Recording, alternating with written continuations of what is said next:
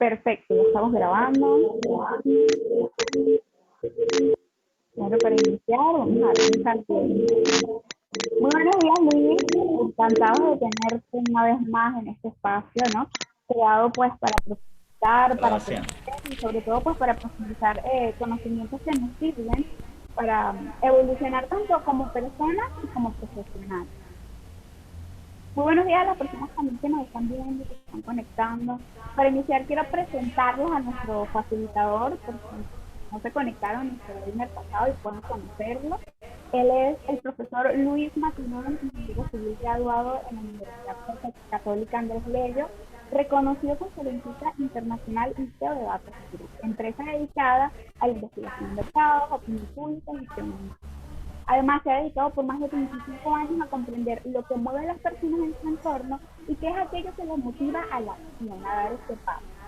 En nuestro webinar pasado, el profesor Luis nos introdujo en todos los aspectos básicos del liderazgo influenciador, donde nos habló de sus orígenes, las causas por las cuales se ha ido implementando poco a poco para lograr mejores resultados en cuanto a motivación, pasión y creatividad.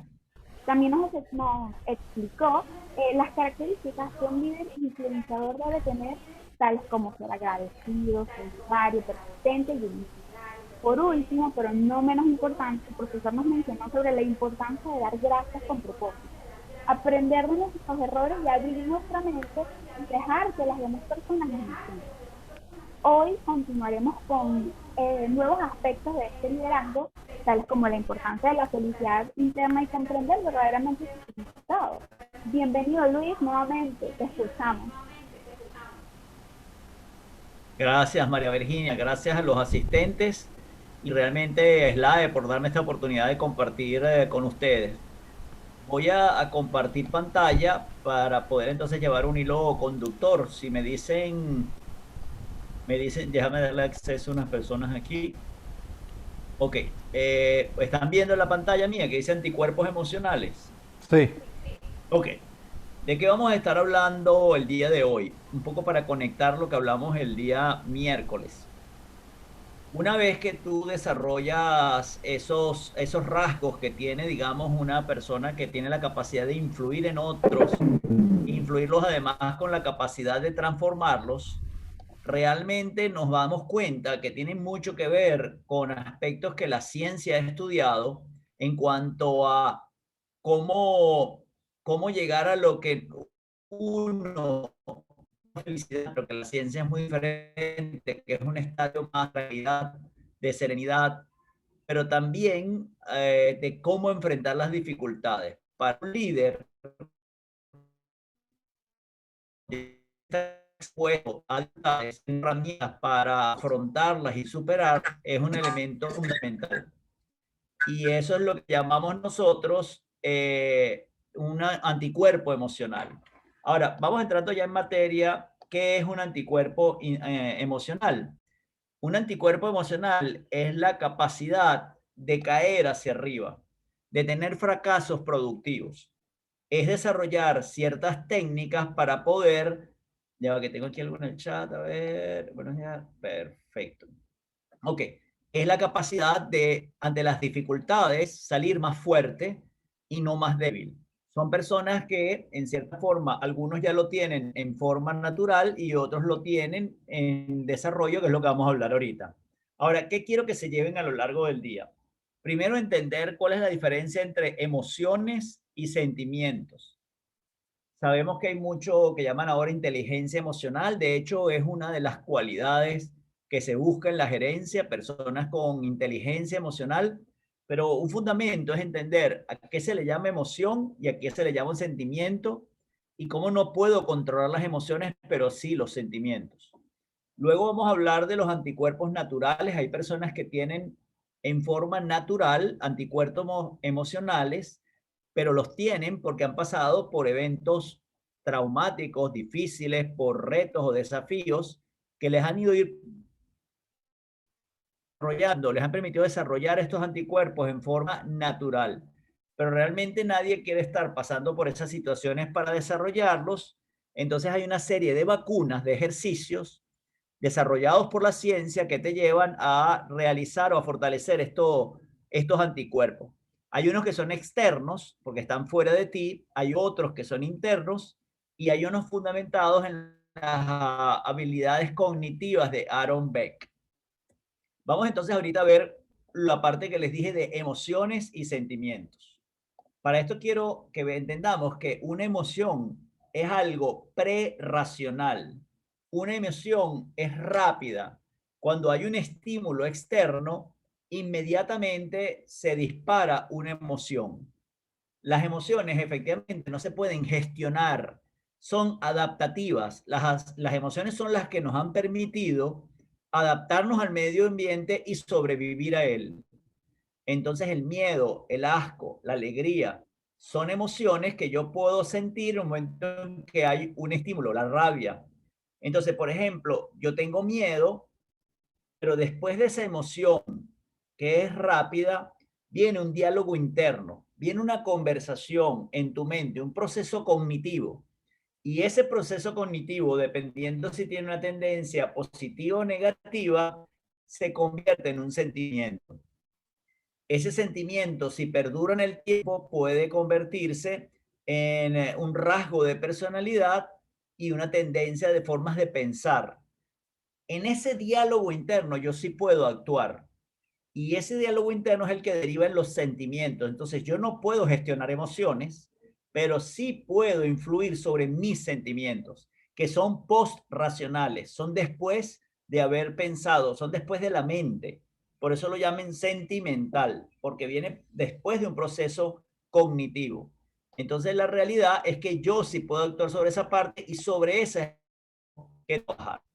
Por ejemplo, yo puedo tener angustia y puede ser un resultado del miedo, o puedo sentir energía y tratar de enfrentar esos miedos, pero eso está después de ese conocimiento.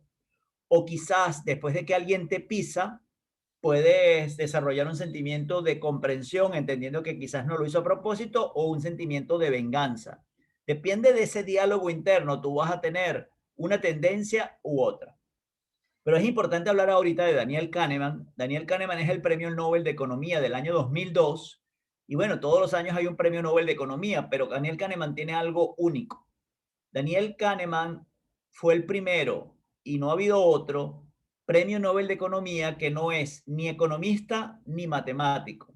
Daniel Kahneman es psicólogo y gana el premio de Economía porque crea los fundamentos de lo que se conoce hoy como la economía conductual. Una economía que se fundamenta en que las personas no son racionales, las personas no tratan de maximizar sus beneficios, sino las personas toman decisiones en forma emocional.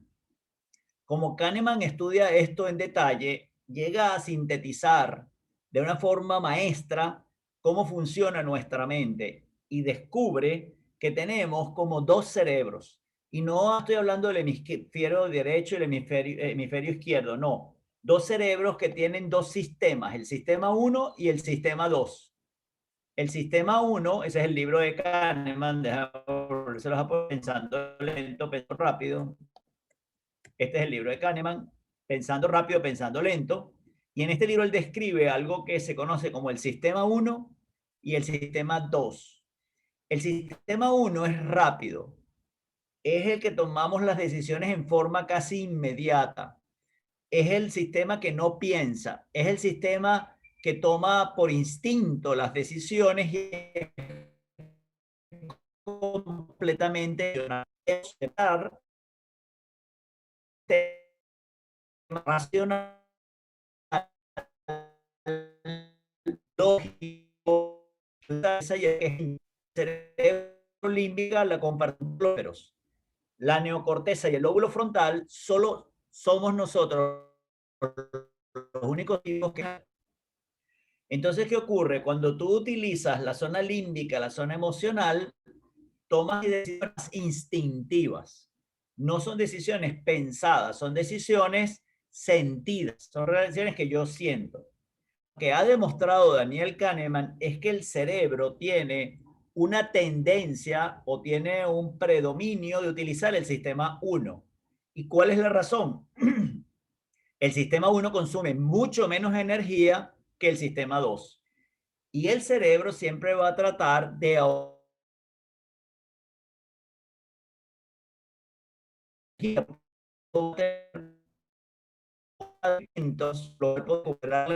de maximizar la energía que tiene en el cuerpo y le da siempre este sistema uno intuitivo, a este sistema uno razona en forma lógica, sino es más emocional. ¿Por qué el cerebro se preocupa tanto en escoger la forma como pensamos para ahorrar energía? Porque nuestro cerebro pesa, representa el 2% de nuestro peso. Es decir, si yo tomara ese 1,5 kilos de cerebro que tenemos, representa solo el 2% del peso corporal que tenemos, pero consume el 20% de la energía de nuestro cuerpo cuando estamos en reposo. Es decir, algo que representa poca masa necesita muchísima energía, porque es un cerebro avanzado y que funciona a través de la energía. Entonces, ¿qué ocurre? El cerebro, como no sabe cuánto va a durar la energía que tenemos, él siempre da prioridad al sistema 1. Y el sistema 2 siempre va a tratar de usarlo en caso extremo, en casos individuales. Pero entonces, ¿qué es lo que ocurre? Que ese diálogo está en nuestro cerebro. Normalmente por el sistema 1, que es emocional y no es racional. Y en ocasiones, no intervenir en esa conversación puede derivar en una distorsión de la conversación no fundamentada para nada en la lógica real, lo cual puede derivar en pensamientos catastróficos, en pensamientos que son realmente irracionales, pero que nos llevan a un pensamiento de terror, de catástrofe, y de situaciones que probablemente son poco probables que se vayan a dar, que vayan a ocurrir. Entonces esto es importante porque si entendemos cómo funciona nuestro cerebro y tomamos conciencia de él y comenzamos a escuchar ese diálogo interno, podemos empezar a actuar sobre el diálogo y ahí empezamos a tener más control de nuestros sentimientos, no de la emoción, sino del sentimiento. Ahora, lo que hace las técnicas para desarrollar anticuerpos emocionales es actuar sobre esa conversación. Ahora, para que tengan una demostración de cómo nos impacta, cómo pensamos, voy a presentarles un estudio que se hizo en Estados Unidos sobre el estrés y la salud. Y realmente es un estudio que realizó el Centro Nacional de Estadísticas de la Salud. Es una organización del gobierno norteamericano que todos los años hace una encuesta. Y en la encuesta del año de 1998 incorporaron 2 preguntas. Y las 2 preguntas eran: en el último año, ¿usted considera que ha tenido mucho estrés o muy poco estrés o muy poco estrés? Y la gente contestaba el nivel de estrés que había considerado. Pero luego incorporaron otra pregunta, que es: ese estrés que usted, aquí Ismael no lo había dicho, por eso es que resentimos, puede ser muy peligroso, según lo comentado, que tiene más sentido, decisiones basadas en las emociones o en los sentimientos. Realmente, emociones es previa al sentimiento y la decisión más correcta es cuando usas tu razón, tu parte lógica, tu sistema 2 para la toma de decisiones. Esta encuesta le incorporaron otra pregunta y es: ¿tú crees que ese estrés que has sentido te afecta a la salud? Mucho, muy poco, nada. Es decir, básicamente le daban una escala a la persona. Lo que están tratando de demostrar es algo que prácticamente es obvio, que estar expuesto a estrés tiene impactos en la salud. Para esto tomaron el número de Social Security, el número de seguridad social de los Estados Unidos, y cada vez que vayas a acudir a un hospital tienes que dar ese número, por lo cual yo puedo llevar un récord de las veces que te enfermaste, inclusive si falleciste. Y durante 8 años llevaron esta encuesta se le hicieron a 29,000 personas. Y durante 8 años le llevaron el registro de salud a esas 29,000 personas. ¿Cuántos se enfermaron? ¿Cuántos se murieron? Para tratar de confirmar que el estrés afectaba en la salud. Quizás lo que había detrás del interés del gobierno era colocar un impuesto a las organizaciones porque como estresan a sus trabajadores, ellos se enferman y yo los tengo que curar. Un impuesto similar como existe el tabaco. El impuesto de licor y de tabaco está justificado de cara a los gobiernos porque dicen, debido al producto que tú vendes, las personas se enferman y yo los atiendo, y yo pago por esa atención. Es decir, que tú me vas a dar un impuesto para yo invertirlo en salud. Más o menos me imagino que querrían hacer lo mismo, pero con estrés. Le iban a decir a las empresas, tú estresas a las personas yo las atiendo, es decir, me tienes que dar un impuesto para curar a las personas que tú estresas. La realidad es que no hay ninguna correlación de personas que habían dicho que tenían mucho estrés y personas que habían dicho que habían entrado mal a la clínica o al hospital o habían muerto. No había ninguna correlación, pero sí había una correlación muy alta entre personas que habían tenido mucho estrés y que creían que el estrés les hacía daño. Esa es la combinación que hace daño. Entonces, básicamente, lo que más desmejora la salud no es el estrés. Lo que más desmejora nuestra salud es cómo pensamos que el estrés nos hace daño. 43% más de muertes, 43% más de enfermedad para la combinación de personas que tienen vidas estresadas, pero que creen que el estrés les hace daño. Es decir, lo que pensamos, lo que creemos, realmente es importante porque afecta nuestra salud. Entonces es relevante tener en cuenta eso. Entonces básicamente vamos a entrar ya en el tema de anticuerpos emocionales y básicamente vamos a ver qué tipos de anticuerpos tenemos. Aquí tengo a Ismael que me dice cómo podemos manejar ese estilo de liderazgo. Todo esto está fundamentado en la influencia transformadora.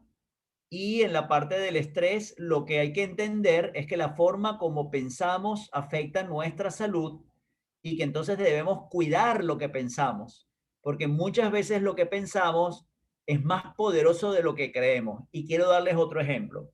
John Acker, profesor de Harvard, en su libro, él explica un experimento que se hizo en el cual tomaron a mujeres que trabajaban en limpieza de un hotel. A la mitad no le dieron ningún estímulo, pero la otra mitad les dijeron, oye, ¿sabes? ¿No te has dado cuenta que tu trabajo es como ir a un gimnasio? Haces flexiones, te agachas, estás continuamente en movimiento, levantas peso moderado. Realmente es como si estuvieras en un gimnasio 8 horas al día. Eso debería hacerte bien. 6 semanas después, midieron los niveles de colesterol, grasa corporal y todo lo indicativo de que una persona haya ido a un gimnasio, y todas aquellas que no tuvieron el estímulo tenían sus niveles iguales que al inicio, pero aquellas que yo les dije que su trabajo era como ir al gimnasio, habían bajado los niveles de colesterol, la grasa corporal, la tonicidad muscular. Es como si hubiesen ido al gimnasio 6 semanas, solamente por tomar conciencia y darse cuenta que el trabajo que hacen es igualito que si estuvieran en un gimnasio 8 horas al día. Para que vean el poder que puede tener la mente y esa conversación que tenemos, que normalmente la dejamos libre para que el sistema uno secuestre esa conversación y derive en pensamientos que, si tenemos suerte, no son catastróficos, pero que pueden ser porque no tenemos ningún control. Entonces, como les dije al inicio, los anticuerpos emocionales pueden ser naturales, son los que me vienen o genéticamente, personas que tienen una predisposición a enfrentar mejor la adversidad, o personas que a partir de ciertos eventos difíciles, dificultades, adversidades, van desarrollando una resistencia para salir fortalecidos de esas dificultades porque ya han superado dificultades. Pero nadie quiere que lo pongan a pasar trabajo para desarrollar anticuerpos emocionales, por lo cual preferimos tener vacunas. Y las vacunas son técnicas que la ciencia ha demostrado para poder enfrentar las dificultades y salir fortalecido, porque no es solo enfrentarlas, es tener la capacidad de salir fortalecido. Esto es lo que se conoce como resiliencia. Y muchas veces es uno de los aspectos que ahora se está pidiendo en el liderazgo y en la gerencia. porque una persona que tiene la capacidad ante la adversidad de mantener la calma, de poner ver con cabeza fría, en forma objetiva, el mejor camino, la mejor salida o cómo sacar el mejor provecho de la situación, es preferible a un liderazgo que entra en pánico, que causa ansiedad en los trabajadores, que no tiene una vía clara. Y el mundo continuamente se está convirtiendo en cada vez mayores desafíos y retos y con mayor frecuencia. Entonces, desarrollar esta habilidad se convierte también en un aspecto clave. Y esta característica lo vimos en esos influenciadores, en esas personas. Eran personas que no caían en crisis y normalmente estaban bastante tranquilos. Entonces vamos a estar viendo 8 vacunas, todas fundamentadas en la ciencia. Y esas 8 vacunas vamos a hacerlas en 3 grupos. El primer grupo lo vamos a llamar anticuerpos externos y allí vamos a tener las conexiones sociales, que es importante para poder enfrentar adversidades, las instituciones positivas y luego tenemos anticuerpos internos. Ahí tenemos el autoconocimiento y la autoayuda, la autorregulación, perdón. Tenemos también lo que es el optimismo, y luego vamos a definir cómo entienden optimismo, y el contraste mental, que viene muy atado a la triada trágica de Viktor Frankl. Y el tercer grupo tiene que ver con la parte de las habilidades cognitivas de Aaron Beck y tienen que ver con la evidencia, el replantearse y el plan. Vamos entonces ahorita a ir trabajando en cada una de estas vacunas. La gran autoridad sobre el tema de resiliencia se llama Karen Reivik. Ella es doctora y profesora en la Universidad de Pensilvania y ella es la que quizás más tema de resiliencia. Y no solamente es que lo ha estudiado, es que lo ha puesto en práctica. De hecho, el gobierno norteamericano contrató a la doctora Reivik y realmente al equipo de la Universidad de Pensilvania que ella lidera para entrenar a todos los soldados norteamericanos que fueron a Afganistán sobre estas técnicas, sobre estas vacunas, de forma de que los soldados fueran con anticuerpos emocionales. ¿Por qué razón? Porque normalmente cuando tú envías soldados a la guerra, luego tienes serios problemas de estrés postraumático. Es tan traumática la experiencia de la guerra que luego tienen problemas psicológicos importantes porque no pueden manejar ese nivel de ansiedad y de ambigüedad y de dificultades que te presenta el frente de batalla. Ellos capacitaron a miles y miles de soldados y se dieron cuenta que esa guerra, en comparación con guerras anteriores, el porcentaje de personas con estrés postraumático bajó dramáticamente. Esta actividad que ha hecho, es decir, no es una solo académica, es una persona que ha demostrado en el campo de batalla literalmente el impacto que puede tener estas vacunas o ir vacunado emocionalmente a una situación difícil o no ir vacunado emocionalmente. Inspirado en Karen Reivik, vamos a ver una de las vacunas y una es las conexiones sociales. Contar con el apoyo de personas es importante cuando tú tienes una dificultad. ¿Y qué es una buena conexión social? Es contar con el apoyo de personas. Y no importa la cantidad, como la calidad de ese apoyo. Y buenas relaciones es contar con ese apoyo social. Ahora, los aspectos aquí en la vacuna. Hay como 2 vacunas para desarrollar este anticuerpo. Uno es el que ha estudiado la doctora Shelley Gable de la Universidad de Santa Bárbara en California, en el cual ella ha dicho que la forma como nos comunicamos crea esa conexión con las otras personas que entonces están más dispuestos a ayudar. Y tiene que ver en cómo reaccionas cuando otros hablan contigo. Para esto ella creó unos ejes en el cual tenemos en el eje vertical, arriba construcción,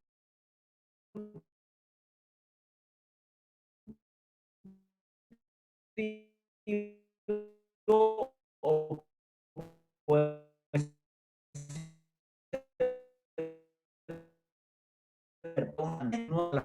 ellos el gestión. Lo llama el ladrón del matación. Este es cuando una persona te trae una buena noticia o una mala noticia y te dice, oye, estoy muy, ¿verdad? Me estoy súper emocionado por ti. Wow, sí, ¿verdad que nada, ningún, cero energía, muy pasivo, él no está haciendo daño, él es constructivo, pero tan baja energía que más bien te va desanimando, está matando la conversación. Eso no consolida relaciones, eso no ayuda a las relaciones. El pasivo destructivo, que lo llaman secuestra conversaciones, es la persona que te cambia la conversación. Es la persona que tú le dices, oye, mira, tengo una excelente noticia, me dieron un proyecto en el trabajo y estoy súper animado. Y la persona te dice, ay, qué bueno, oye, por cierto, mañana hay juego de fútbol o no, mañana juega el equipo, te cambia la conversación. Es decir, estamos hablando de algo yo y ¿por qué vamos a cambiar el tema? ¿Por qué no seguimos hablando de mi emoción y de lo que yo quiero hablar? Aquí, ¿qué ocurre? No es muy activo, pero ahí está haciendo daño, está cambiando la conversación. El otro no energía, pero esta parte de baja energía, adicionalmente, te está cambiando la conversación y el tema.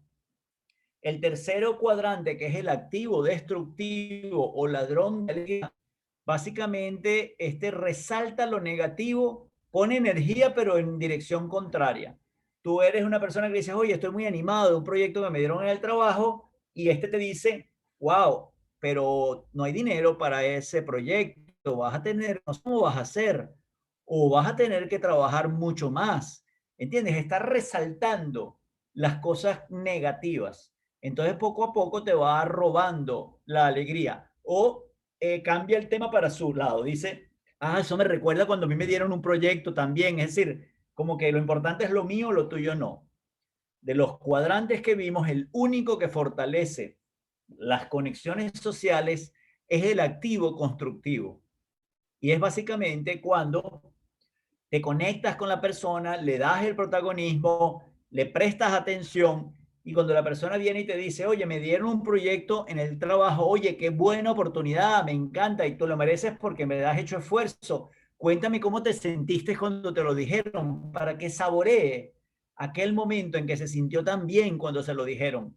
Y cuéntame qué tal y por qué, y qué piensas hacer. Pero entiendes, el protagonismo se lo das a la persona y eso va creando una conexión social que luego invita a que cuando tú tengas dificultades, esa persona tiene una afinidad mayor hacia ti y entonces te va a ayudar más. Eso se llama multiplicar la energía. Otro de los aspectos que es importante es el de la bondad, el ser bondadoso.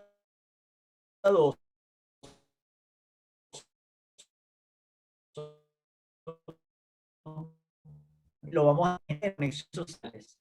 Entonces, ayudar a los demás, y luego vamos a ver el lunes el ejercicio de bondad en qué consiste, siempre ayuda a fortalecer esas conexiones sociales. Esa es la primera vacuna, que tiene dos componentes. Uno, la forma como hablo con los demás.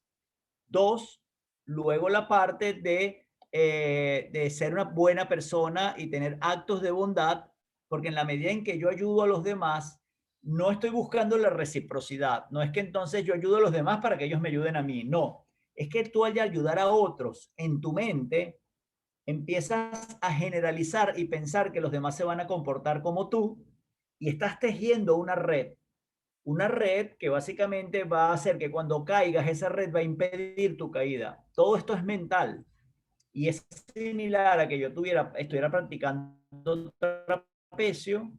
Si yo practico trapecio sin red, mi práctica está llena de angustia, mi riesgo va a ser mucho más bajo. Es arriesgar menos, eso quise decir. Si yo tengo una red de seguridad, yo voy a disfrutar del trapecio, yo voy a ver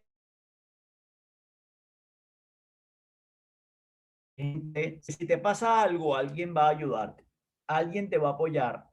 Siempre va a salir a personas que van a superar esa situación. Ahora vamos a la segunda vacuna, que son las instituciones positivas. Se ha estudiado que personas que cuentan con instituciones a su lado, que los ayudan, ellos se sienten mucho más confiados porque es otra forma de tener una red. no a través de mis conexiones sociales, sino a través de instituciones. Instituciones como la familia. Básicamente la familia permite avanzar, porque cuando tengo dificultades me puedo apoyar en la familia. Las empresas, porque tú sabes que con la organización, o muchas veces la espiritualidad. Las personas espirituales tienden a tener más vida, se fundamentan en su institución de vida. Vamos a la tercera vacuna, que es el autocativo.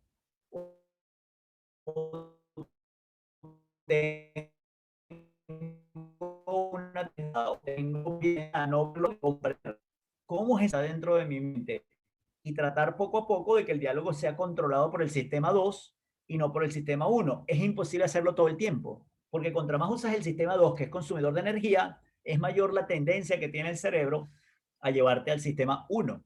Ahora, para la parte de conocerse, Calvi recomienda que hagamos un test de fortalezas que está en la Universidad de Pensilvania. Si ustedes ponen el test de fortalezas de Pensilvania y es B de Venezuela, I de Italia, A de Alemania, el VIA, entonces ustedes pueden llenarlo en español, es gratuito y él te va a decir cuál es el orden de tus fortalezas. Son 240 preguntas, pero son muy sencillas y una vez las contestas, él te va a decir del 1 al 24, ¿cuáles son tus? Puede ser creatividad, puede ser valor, amor, perseverancia, curiosidad. Estoy leyendo algunas de aquí. Trabajo en equipo, capacidad de perdonar, humildad, honestidad. Lo importante, y ahí es donde están los grandes avances abajo está el link, ¿no? Si lo pueden más o menos copiar. Déjame ver si yo pudiera. No, no puedo. Pero tengo modo presentación. Ok. Lo importante y los grandes avances de la psicología, ¿cuáles son? Que han descubierto que tenemos una tendencia natural a enfocarnos en lo que nos falta. Entonces, ¿qué hacemos? Vemos de la 1 a la 24, vemos la última y decimos, oye, ¿cómo puede ser que yo no tenga prudencia? Voy a empezar a ser más prudente. O ¿cómo puede ser que yo no tenga liderazgo? Voy a empezar a desarrollar mi liderazgo. Y ellos dicen, no te preocupes por las que tienes de última. Son las que no se te dan naturalmente, son las que más te van a costar y esto te va a llevar a la frustración. Enfócate en tus 5 principales fortalezas. Trata de sacarle provecho a esas 5 principales fortalezas y busca la forma en la cual te puedes apalancar en estas fortalezas para superar las dificultades. Entonces, por ejemplo, si tú tienes la fortaleza humor, sencillamente trata de buscarle la parte divertida a todo esto, aunque a veces no sea fácil, o gratitud, o esperanza, o espiritualidad, o la forma creativa de ver otra forma, cosa. Pero tienes que conocerte y tienes que ver cuáles son tus fortalezas, porque si no, realmente ni siquiera sabes dónde puedes apalancarte para enfrentar dificultades. Optimismo es otra de las fortalezas, otra de las vacunas de Karen Reivik, y hay que entender que optimismo no es pensar que la pandemia se va a terminar la semana que viene. Para la ciencia eso es estar loco. Para la ciencia, optimismo es la forma como interpretas una situación difícil. Esto es un Martin Seligman y también la vamos a desarrollar más el lunes, y es que debemos tener un estilo explicativo optimista. ¿Qué es un estilo explicativo optimista? Que ante una dificultad yo veo las cosas en cierta forma y esa forma de ver las cosas hace que yo tenga mayor probabilidad de no caer en desesperanza aprendida y no ver sufrimiento en las cosas que me pasan. Vamos a ver cuál es la diferencia entre un pensamiento pesimista y un pensamiento optimista. Ante una dificultad, el pensamiento pesimista tiende a pensar que eso va a durar para siempre. El optimista, que eso es temporal. No tiene necesidad de decir cuándo, pero sabe que tarde o temprano eso va a terminar o va a cambiar.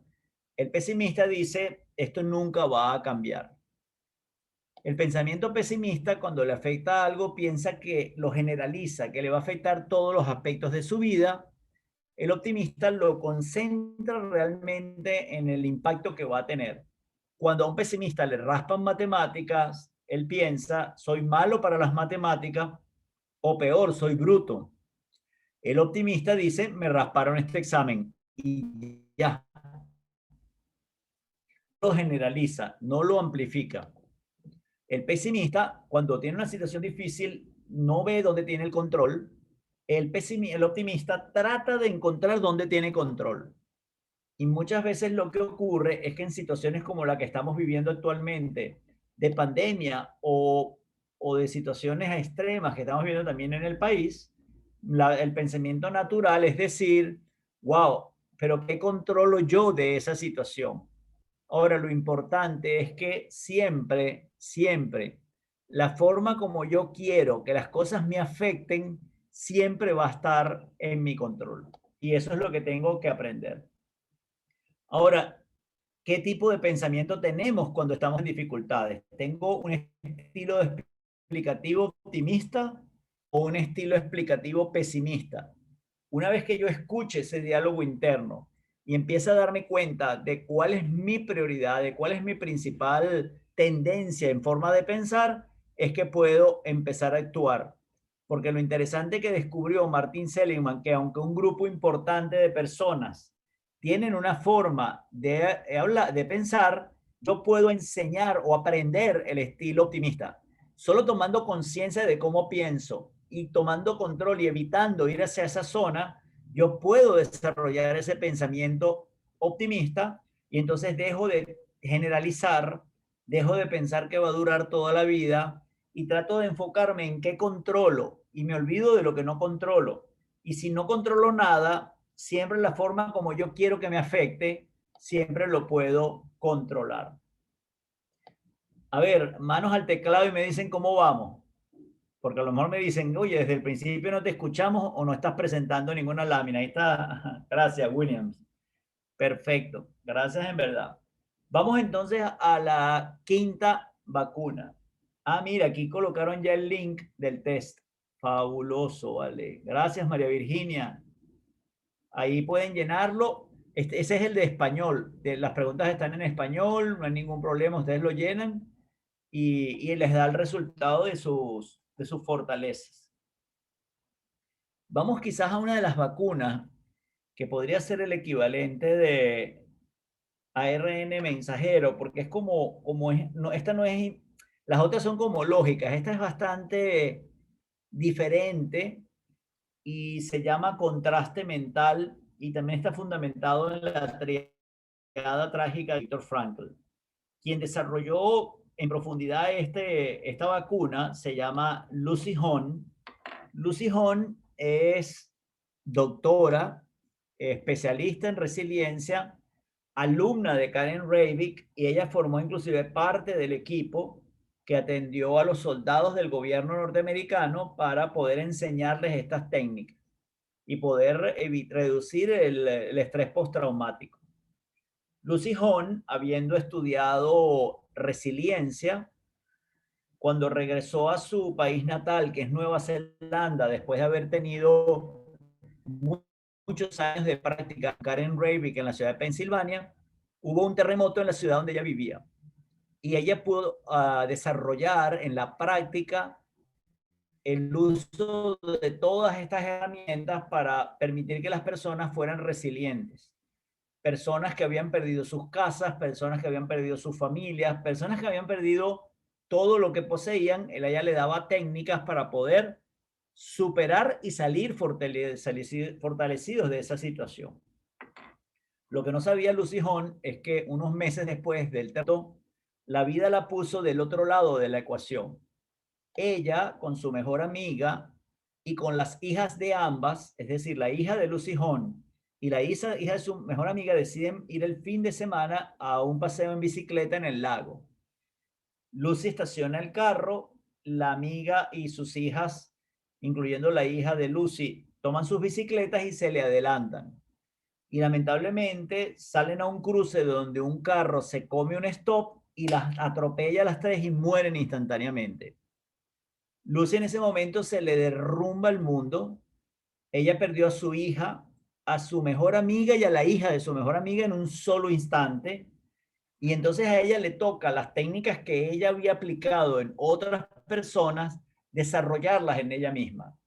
Y entonces ella escribe un libro que se llama Lo que Abby nos dejó, o que lo que Abby nos enseñó, y Abby es el nombre de la hija. Ella explica cuáles técnicas le funcionaron mejor y cuáles no. Pero lo importante es que desarrolla una técnica nueva, que es muy contrasentido, porque no es lo normal. La primera es enfocarse en lo que puedes controlar, es lo que yo puedo controlar de esta situación y ahí me voy a enfocar. Las cosas que no puedo controlar,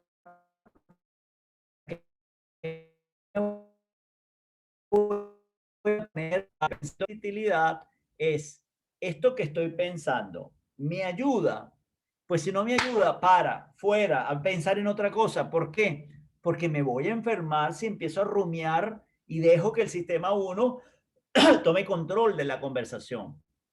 Pero la realmente diferencia está en su tercera técnica que le sirvió más, porque esa no la aprendió en Pensilvania, y es que estar consciente que nos pueden ocurrir cosas malas le había ayudado. El haber considerado en su vida antes de que le pasara a Abby, oye, yo soy muy afortunada de tener a Abby porque en cualquier momento uno la puede perder. No es que lo estaba deseando y que por esto fue que lo atrajo, no. Es que ella estaba consciente que este tipo de cosas pasan y quizás porque estuvo muy expuesta a ello con el terremoto al cual ayudó a la gente. Ella vio a las personas perder familias, ella vio a personas perder sus bienes, ella perdió personas perder todo. Entonces ella estaba muy consciente de que este tipo de cosas podían pasar. Y dice, y ahí es donde más me aferré, ahí es donde más me apoyé, porque yo sabía que a cualquiera le puede pasar este tipo de cosas. Tener pensamientos de por qué a mí no te ayudan, porque es no aceptar, es decir, ¿por qué me pasa esto a mí? Porque le puede pasar a cualquiera sencillamente, eso es inevitable, no puedes evitar. Eso le puede pasar a cualquier persona, a menos que tú seas un semidios que está protegido, quién sabe por qué. Ya Víctor Frankl, que digamos es el experto en logoterapia, que es la parte de propósito, también lo vamos a explorar el lunes, había hablado de la triada trágica. Recuerden, Víctor Frankl es un sobreviviente de campos de concentración, de hecho lo vimos el miércoles también. La triada trágica de Víctor Frankl es que hay tres cosas que no podemos evitar. No podemos evitar el dolor insufrible, la culpa inevitable o la muerte ineludible. Es decir, el dolor, la culpa y la muerte son parte de la vida. Alguien que diga que no quiere sentir dolor, no quiere sentir culpa o evitar la muerte, realmente no hay forma de evitarla.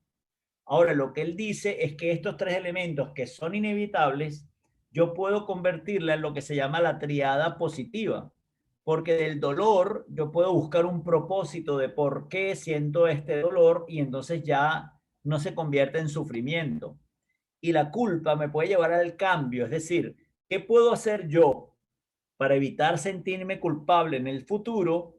Oye, ya por lo menos es un avance, es una forma positiva de ver esto. ¿O qué acción debo tener responsable para evitar la muerte o para cuidar a otros de la muerte? Ya con el hecho de que me preocupé al menos, ya sabes que tú tomaste conciencia de esto. Eso es que él llama el optimismo trágico. Ahora, hay alguien que es Gabriel Oettingen. Gabriel Oettingen es profesora en la Universidad de Hamburgo, ella es alemana, de hecho pertenece a la nobleza alemana. Ella también es profesora en la universidad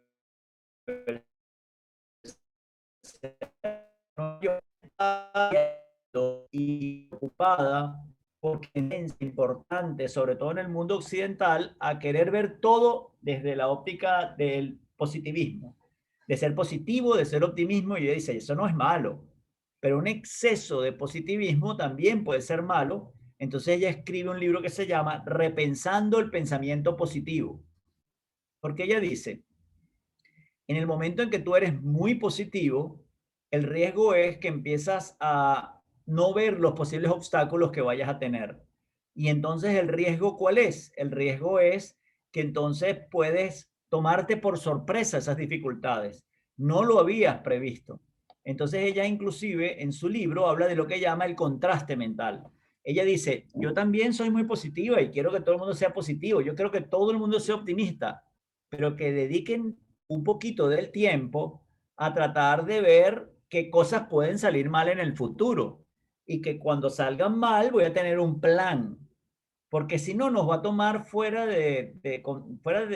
va a encontrar desprevenidos, nos va a encontrar sin ningún plan de acción y las cosas malas ocurren. Es decir, porque yo sea muy positivo, no voy a evitar que salgan cosas mal, pero no me va a agarrar a improvisar y sin ningún tipo de planificación. Entonces, es lo que dice, lo que recomienda es tener un contraste mental con lo que quiere decir yo debo ser positivo. Ella no dice que no seamos positivos, pero que debo a veces contrastarlo con algún pensamiento. Diga, ¿y si esto pasa, qué haría? ¿Y si esto pasa, qué haría? ¿Y si esto pasa, qué haría? Y llegamos a las tres últimas vacunas. Las tres últimas vacunas están fundamentadas, que son evidencia, replantearse y plan, en la terapia cognitiva Aaron Beck, psiquiatra. Estos son médicos que hicieron posgrado en psiquiatría. Y por supuesto, la tendencia es a tratar las enfermedades mentales con fármacos, controlar la química del cerebro para evitar ese problema de salud mental que tú tienes.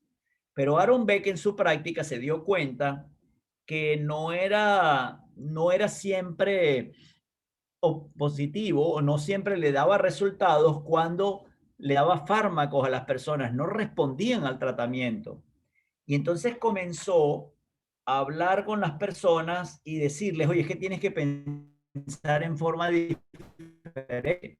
¿De dónde estás sacando tú esos pensamientos? Él es uno de los precursores de este diálogo que dice, es que entre la emoción y el sentimiento hay una conversación que deriva en pensamientos catastróficos. Es una conversación que no siempre es así, pero en ocasiones sale de control esa conversión de pensamientos catastróficos y las personas sin ningún tipo de lógica, sin ningún tipo de razón, empiezan a tener pensamientos distorsionados de la realidad hacia lo negativo. Entonces él desarrolló lo que se conoce como la terapia, pero siempre estuvo en el mundo académico. Aaron Beck no es famoso por hacer esto público. Lo conocen los expertos en terapia cognitiva. Los restos no saben nada de Aaron Beck. Pero hay una persona que sí se encargó de hacer esto más visible, que es David Burns. David Burns es también un psiquiatra, también de la Universidad de Pensilvania, peor que Aaron Beck en cuanto al escepticismo de algo que no sea medicamentos. David Burns es médico, posgrado en psiquiatría y doctorado de efecto de los medicamentos en la terapia. Es decir, Burns, como eran de la misma universidad que Aaron Beck, alguien le dijo, mira, el doctor Beck está dando todos los miércoles unas clases sobre terapia cognitiva, luce bastante interesante lo que ha logrado con algunos pacientes, vale la pena que asistas. Y David Bond dice que fue prácticamente obligado. Él dice, mira, lo que no se puede arreglar con medicamentos, nadie lo va a arreglar con unas conversaciones. Así que voy a ir, pero porque me obliga la facultad. Es decir, la facultad le dice, todos los de la escuela de psiquiatría tienen que ir a las clases de Aaron Beck.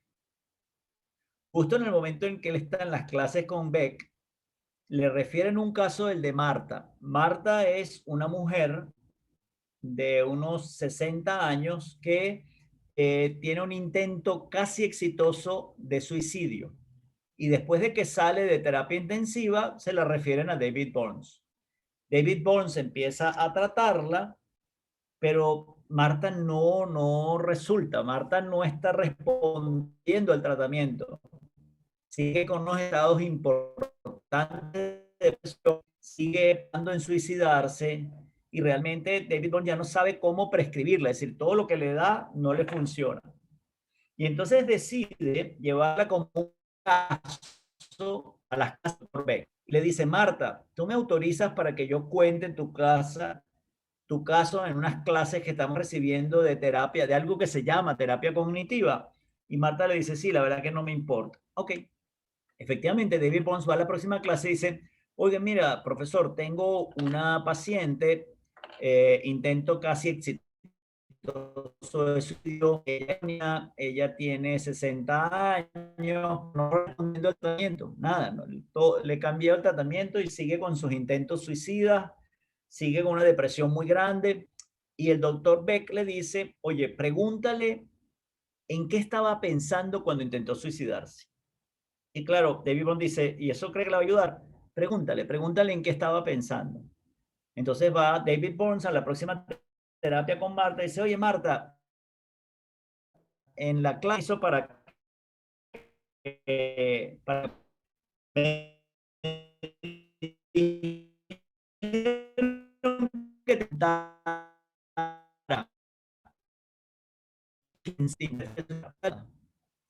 que no he logrado nada importante en mi vida. ¿Qué debo hacer? Y claro, David Bond dice, mira, tienes que esperar que yo vaya a la clase y plantee esto y a ver qué me dicen. Ok. David Bond va a la clase y plantea la situación y el doctor Beck le dice, haga una lista, pero que la escriba, porque cuando escribimos usamos la parte racional del cerebro. Entonces ahí no entra la zona límbica ni el sistema 1, controla el sistema 2 lógico, porque nadie escribe emocionalmente. Tú utilizas tu parte racional para escribir. Entonces sencillamente le dice, dile que escriba sus logros. David Bones va a la próxima terapia con Marta, le dice, Marta, me recomendaron que me digas, que escribas tus logros, qué piensas que has logrado en tu vida. Y Marta lo sorprende diciendo, no se me ocurre nada.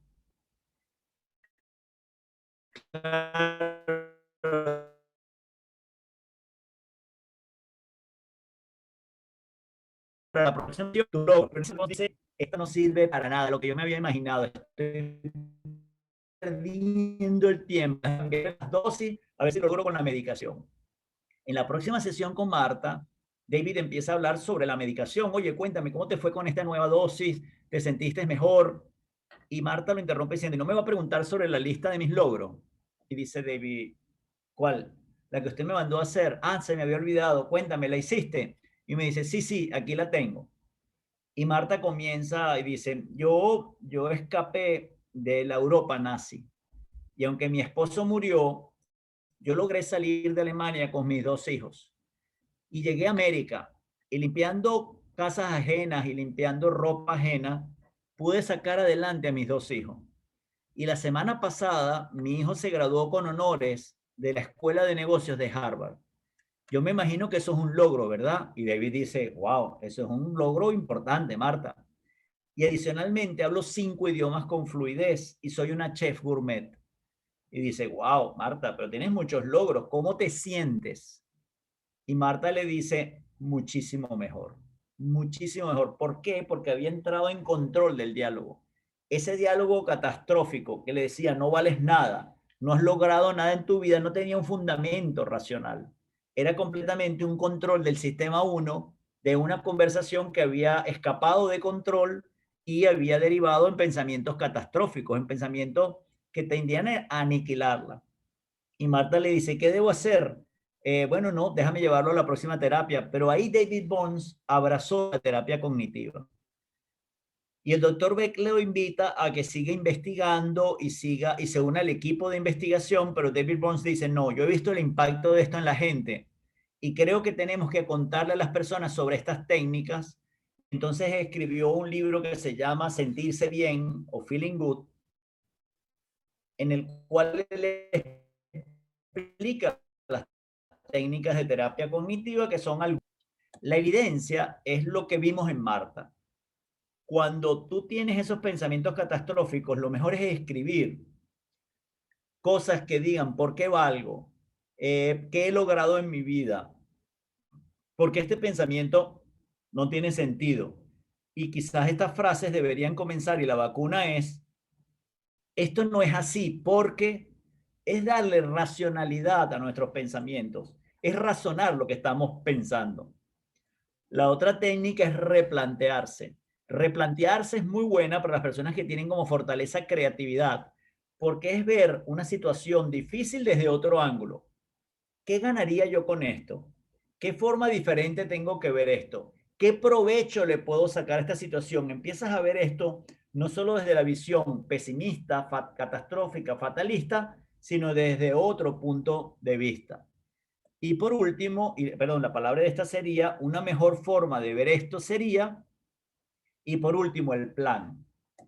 Cuando estés ante una situación difícil y digas, oye, estoy completamente angustiado por esta situación, escribe un plan del peor escenario.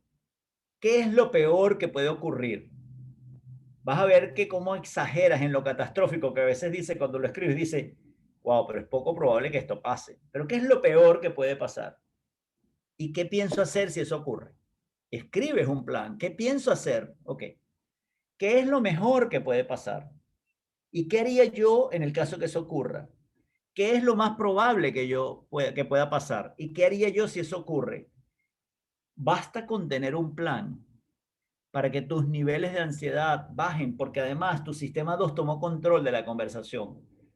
Tú no puedes hacer un plan emotivamente, tú necesitas hacer un plan racionalmente. Y al tomar control tu zona racional, realmente el diálogo distorsionado desaparece y esa emoción que es adaptativa y no la puedes controlar, empiezas a controlar la conversación y ya el sentimiento que tienes no es tan catastrófico, ya no es tan negativo, ya no es tan dañino, y entonces empiezas a tener sentimientos, claro que los vas a tener, no es que vas a ponerte alegre y no vas a sentir angustia, pero baja muchísimo en su intensidad, porque además ya tienes un plan de acción.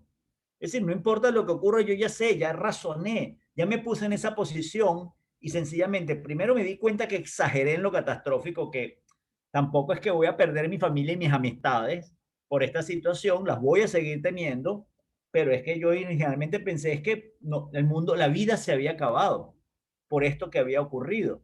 Y la verdad es que no, me va a afectar una parte de la vida, sí, pero no todo. Y además ya tengo un plan de lo que pienso hacer, entonces tus niveles de ansiedad bajan muchísimo. Entonces la vacuna es un texto que diga más o menos, si ocurre tal cosa, hago esto.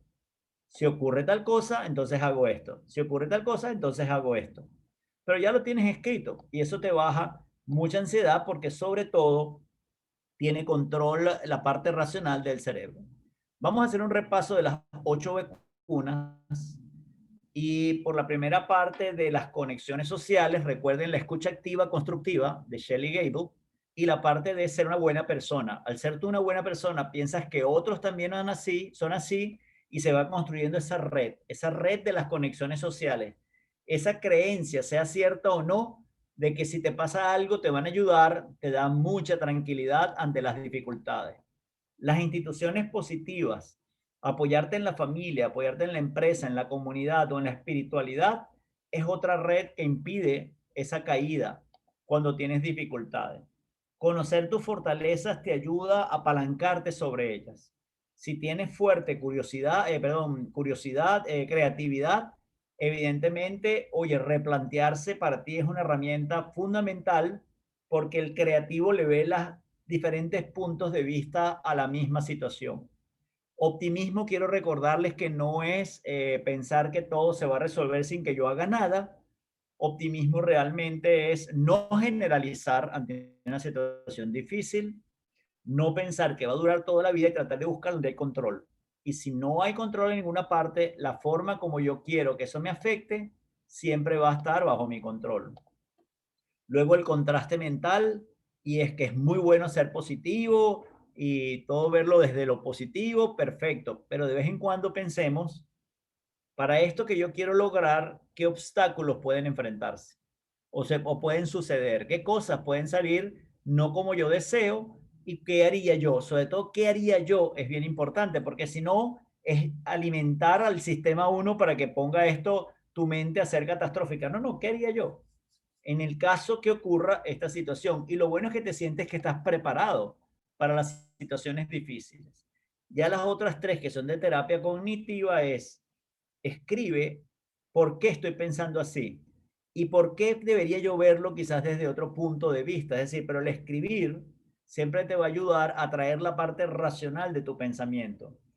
Replantear es ver las situaciones difíciles desde otro punto de vista y el plan, ya lo vimos, el peor escenario, el mejor escenario, el más probable y a cada uno de ellos un plan de acción. ¿Qué haría yo en el caso de que esto ocurra? ¿Qué haría yo si en el caso que esto otro ocurra? Y eso realmente te baja los niveles de ansiedad a un nivel muy importante. Solo quiero recordarles lo que Daniel Kahneman descubrió, que lo llevó a merecer el premio Nobel de Economía y que está en su libro Pensando rápido y pensando lento, y es que tenemos dos sistemas. Un sistema rápido, intuitivo, emocional, que es el que el cerebro le da prioridad a nuestra conversación mental, y un sistema racional, lógico, pero gran consumidor de energía, y que el cerebro va a tener que usarlo, tiende a usarlo solamente cuando nosotros lo forzamos. Si tú lo dejas libre, él va a usar el sistema uno. Y si nosotros lo obligamos, él va a usar el sistema 2. La realidad es que en la medida en que pensemos y razonemos nuestras salidas y razonemos bien la situación que nos rodea, es una forma para poder salir de ese laberinto. No podemos salir del laberinto que se crea en nuestras mentes si sencillamente utilizamos ese sistema intuitivo emocional para tratar de darle salida, porque él reacciona muy bien en ciertas situaciones, pero no en las complejas situaciones a las cuales la vida nos enfrenta ahorita. Ese sistema uno funciona muy bien para, te ataca un tigre y corro. Bueno, claro. Y él funciona muy rápido en velocidad. Tú no te puedes poner lógico cuando ve que un tigre te ataca. Sencillamente es defiéndete o corre. Para eso el sistema uno es el que nos ha mantenido vivos hasta ahora. No podemos despreciarlo tampoco, pero en situaciones complejas, que no es realmente un tigre que es correr o defenderte, sino mucho más complicadas, ahí el sistema uno es muy básico y tiende a exagerar el terror que sientes, porque su forma es muévete, muévete y te voy a inyectar más miedo y te voy a inyectar terror y te voy a inyectar catástrofe porque veo que no te estás moviendo. Y los niveles de cortisol por ese techo, porque el sistema uno está viendo que no reaccionas, porque no te ve ni correr ni pelear. Y esa es la realidad. De nuevo les comparto mis redes sociales y bueno, quedo a la orden ahorita para la parte de preguntas. De todas maneras, esto ya lo está grabando María Virginia. Gracias, en verdad. Buenísimo, Luis, gracias. No sé si alguien tiene alguna pregunta. En el momento de hacer las preguntas pueden hacerla por chat, o si quieren abrir el micrófono, pues simplemente nos indican. Claro, no hay ningún problema. El profesor William quiere hacer una pregunta. Profesor, abra el micrófono. Adelante. Luis, en estos instantes yo estoy dictando un curso en la maestría sobre liderazgo. Y una de las preguntas, una de las asignaciones que le coloqué a los estudiantes es un video donde Jürgen Klarik, especialista en marketing digital y en neuromarketing, dice: la gente piensa una cosa y generalmente hace otra. Entonces él dice, eso hay que estudiarlo, porque eso es importante cuando uno realmente quiere atacar estos problemas de poder enfrentar la vida en forma optimista, como tú lo dices. Entonces mi pregunta es eso: ¿cómo puedo ser yo líder? Un líder transaccional, efectivo, productivo, cuando generalmente pienso una cosa y hago otra. De hecho, digo una cosa y siempre hago lo contrario. Claro. La forma es tomar conciencia de cómo pensamos, porque ya es sabido que más del 80% de nuestras decisiones son decisiones emocionales. Pero cuando tú dices algo, lo dices en forma racional. El habla, escribir, los procesos matemáticos están en la neocorteza y el lóbulo frontal, que son las nuevas estructuras que tiene el hombre que lo diferencia del resto de los animales. Pero el sentir está en la zona límbica, que es una estructura que compartimos con todos los mamíferos. Es decir, una estructura que la tiene un perro, la tiene un caballo, cualquier mamífero tiene zona límbica.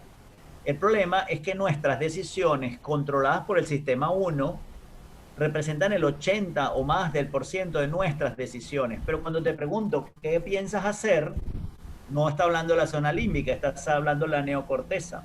Entonces la neocorteza dice una cosa, pero luego la decisión la toma el sistema 1.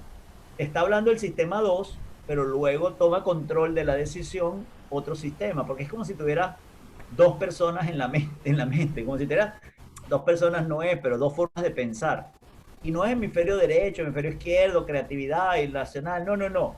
Realmente es de arriba hacia adentro, es decir, el centro es el cerebro reptil, es el que mantiene con vida nuestro sistema simpático, parasimpático, hambre, reproducción, lo básico, lo que tiene un reptil lo tiene nosotros. Luego el cerebro más evolucionado de los mamíferos, que es el de las emociones, el de la pasión y todas las cosas. Pero después viene un cerebro muy sofisticado, que es el nuestro, que es el racional, pero el que menos usamos, lamentablemente. Entonces, decimos las cosas con el racional y luego tomamos la decisión con el animal. Gracias, Luis. De nada, encantado. María. Bueno, creo que estas son todas las preguntas. Si alguien más se anima. Andreina está levantando las manos. Perfecto, Andreina. Hola. Déjeme un momentico, André, allá, espera un segundito. Okay.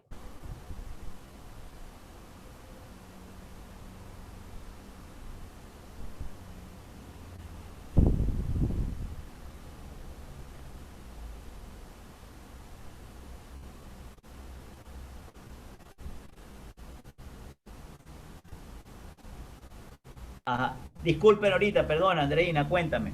No se preocupen. Solo quería hacer un comentario con respecto a lo que estamos aprendiendo acá. Muy interesante, me encanta todo este tema y lo único que yo quisiera acotar a esto es que creo que el liderazgo es algo que se debe aprender o se debe desarrollar, porque yo siento que el ser humano tiene esa habilidad nata, solo que muchas personas no lo desarrollan. Y creo que lo más importante de aprender esto es poder ponerlo en práctica para nosotros mismos. ¿Okay? Porque muchas veces la gente mira las cosas hacia afuera y realmente creo que todo tiene que ver con lo que está dentro de nosotros. Wow. Cómo se mueve nuestro entorno tiene que ver con nosotros. Y una parte que usted habló con respecto a la señora y lo que le mandaron a escribir sus logros es la energía que ella proyectó después de ver lo que realmente ella vale como ser humano. Claro, ella ahí entró en conciencia de que sí vale mucho como persona, pero su conversación secuestrada por el sistema 1, un sistema animal, la había llevado a un pensamiento catastrófico porque había bloqueado todo lo que tenía lógica. Estaba pensando en una forma irracional, estaba pensando que no valía nada. Para el momento en que se lo preguntan, su hijo estaba por terminar en la escuela de negocios de Harvard, que probablemente el 0.01% de la población puede tener ese logro. Y ella era realmente una privilegiada, y haber salvado la vida y la de sus hijos de una guerra tenía un gran logro, y hablaba 5 idiomas con fluidez, es decir, pero el sistema 1 no te lo permite ver. El sistema 1 secuestra la conversación. Y creo que la mayoría de los seres humanos en el mundo están secuestrados por el sistema 1, definitivamente. Si no tienes conciencia. Por eso es que este mundo lamentablemente está como está. Porque si pudiéramos desarrollar o enfocarnos más en el sistema 2, pues todo sería muchísimo mejor. Claro, eso tienes toda la razón, Andreina. Lo bueno es que la ciencia cada vez va estudiando más esto, lo va comunicando más y tenemos más niveles de conciencia de que esto ocurre y al elevar esos niveles de conciencia, entonces la gente empieza a darse cuenta cómo funciona realmente su mente, porque si lo dejas que vaya así, dibujo libre, upa, ahí tienes peligro. Exactamente. Y no a todo el mundo le va mal, no todo el mundo llega a pensamientos distorsionados, catastróficos como para matarse, pero si vivimos una vida con mucha angustia, con mucha ansiedad, con muchos miedos El estrés. irracionales, Ujú, miedos a cosas que poco probable que ocurran. Y no sé quién dijo en exactamente. algún momento, pasé toda mi vida temiendo a cosas que no ocurrieron. Ujú, exactamente, ¿Y exactamente, qué tal tiene cual. eso de sentido? Te angustiaste y no ocurrió. Ujú, sí, exactamente, tal cual. Gracias, Andreina. Gracias, gracias. Adelante, Williams. Virginia. Luis, sí es verdad que el sistema límbico o cerebro 1 nos domina. También es verdad que la sociedad, no sé, nos tiene donde estamos. Sí. Aquello de gorda, fea, el marido no sabes cocinar, los hijos no sirves para nada, papá, los amigos, tú siempre inventando pendejadas. O sea, ese entorno que ayer tú hablabas de que fuimos creados para pensar mal y no para pensar bien. Ujú. Entonces, ese entorno que durante 24 horas al día te dice, no sirves, no sirves, no sirves, no sirves. ¿Ya? Si estás estudiando, te dicen, eres mal estudiante. O sea, si estás haciendo algo, te dicen, O sea, oye, el cerebro animal creo que se debe imponer a cualquier cosa racional que uno pueda enfrentar en situación. Yo te lo digo porque yo lo vivo 24 horas al día con la gente que está a mi alrededor y es fuerte poder sobreponerse a ese tipo de cosas. Claro, es fuerte, pero no lo vas a lograr con el sistema uno animal, porque el sistema uno animal inmediatamente lo que busca es la defensa o encerrarse.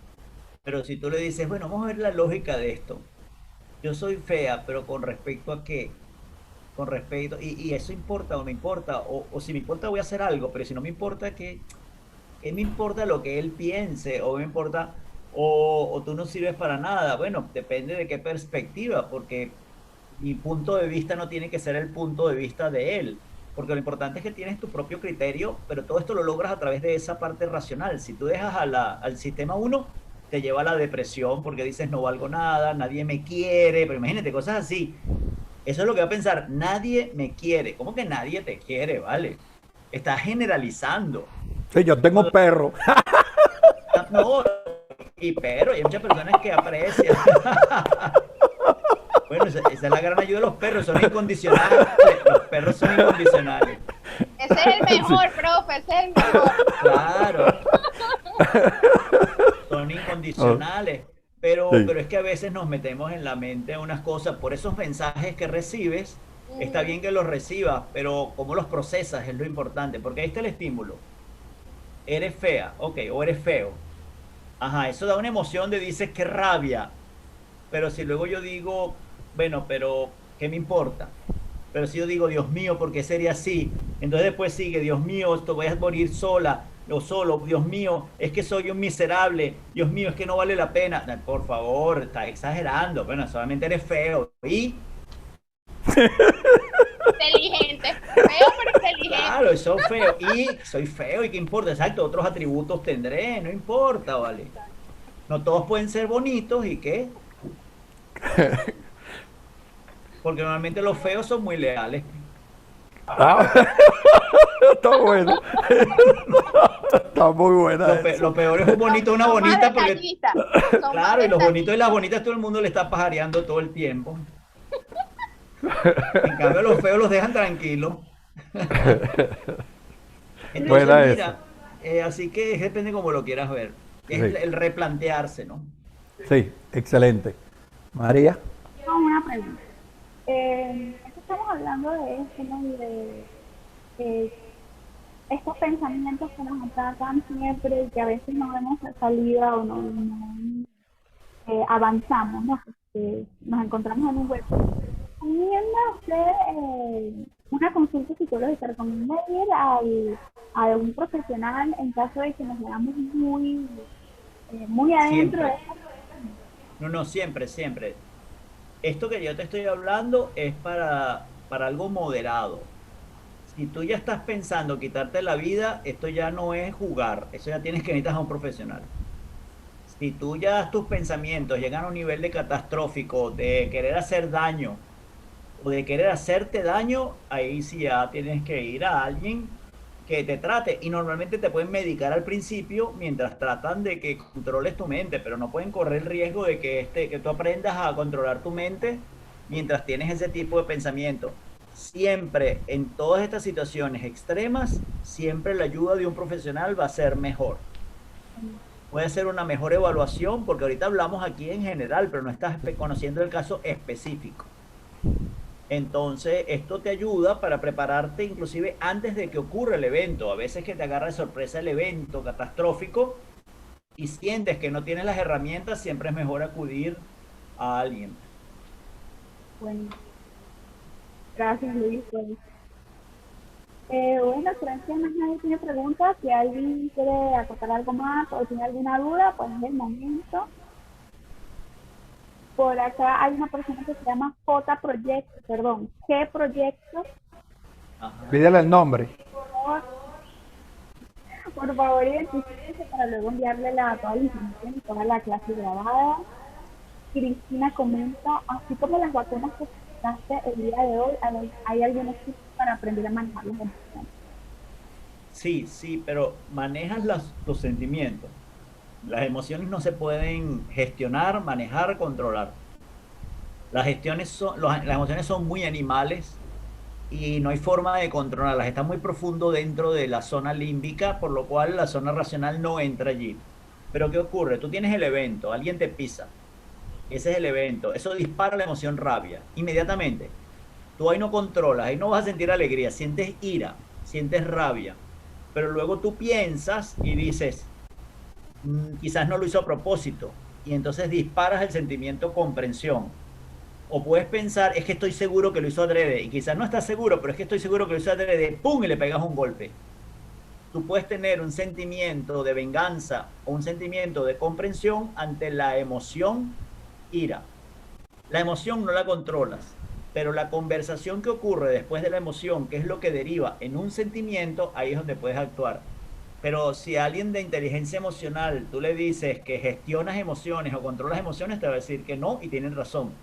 Lo que puedes gestionar es el sentimiento, que es el paso entre la emoción y el pensamiento. Ahí es donde ocurre el sentimiento. Es mental, por eso lo llaman sentimental. Gestiona sentimientos, no gestiona emociones. Tú sabes, Luis, que hay un dicho que dice, por lo menos a mí me lo dicen mucho, cuando te pase algo, cuenta hasta 10. La idea de contar hasta 10 es porque pasas del límbico al neocortés y comienzas a ser racional. Si tú actúas de forma inmediata, me pisó, golpeé, ya creaste un conflicto. Si te pisan y tú piensas y cuentas hasta 10 y eres capaz inclusive de decir, me pisó a propósito, pero yo no quiero crear un conflicto, yo lo voy a dejar hasta aquí, me voy a retirar. O sea, tu cerebro, tu racionalidad te dice lo que tienes que hacer. Si actúas, por eso te dice, eso es muy cierto, cuenta hasta 10 para que el otro cerebro entre y actúe. No sé, pienso. Es muy bueno porque el cerebro límbico no cuenta. Entonces al empezar a contar es el racional.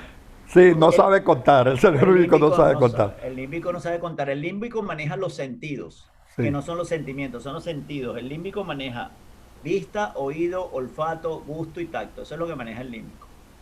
No cuenta, no habla, no razona, es un animal. Y el 80% de nuestras decisiones están controladas por ese cerebro. Vaya. Bueno, Oye, Luis, excelente, gracias. Gracias a ti, William. Gracias a todos por No. participar. Y bueno, nos vemos el lunes en el webinar Oye. ya de los caminos para crecer. El lunes estoy esperando ese día. Le informo a los muchachos que ya María Virginia con Darío van a montar la grabación para enviársela, para enviar el video. La primera Yo creo pudieron que- bajarla, ¿sí? Sí, la bajamos. Sí, la bajamos y la enviamos. Si a alguno no le ha llegado, avise para enviársela. Genial. Sí. Y mira, esto hay que verlo 10 veces para poderlo digerir. Sí, no es Sí. fácil. Y hay que ejercitarlo mucho para poder empezar a controlarlo. Sí, sí. bueno, para Un abrazo cerrar, enorme. Oye, Luis, 1.000.000, gracias. A ti, William, gracias. Dime, quiero María Virginia. recordarles, nos estaremos conectando nuevamente el lunes 17 a la misma hora, a 11 de la mañana, con todos invitados para pues, seguir compartiendo con Luis. Le quiero recordar a la persona J Proyectos que se identifique, si no en este momento pues comuníquese al equipo de GILAE para poder enviarle la información. Y bueno, muchísimas gracias Liz por compartir tus conocimientos. Nuevamente es la de tu casa y estamos orgullosos de ti. Nos vemos con el mismo link. Exacto. lunes. Perfecto. Estamos con Ok. el mismo. Exacto, la misma Perfecto. Gracias. Gracias. Hasta luego. Un abrazo. Gracias a todos. cosa.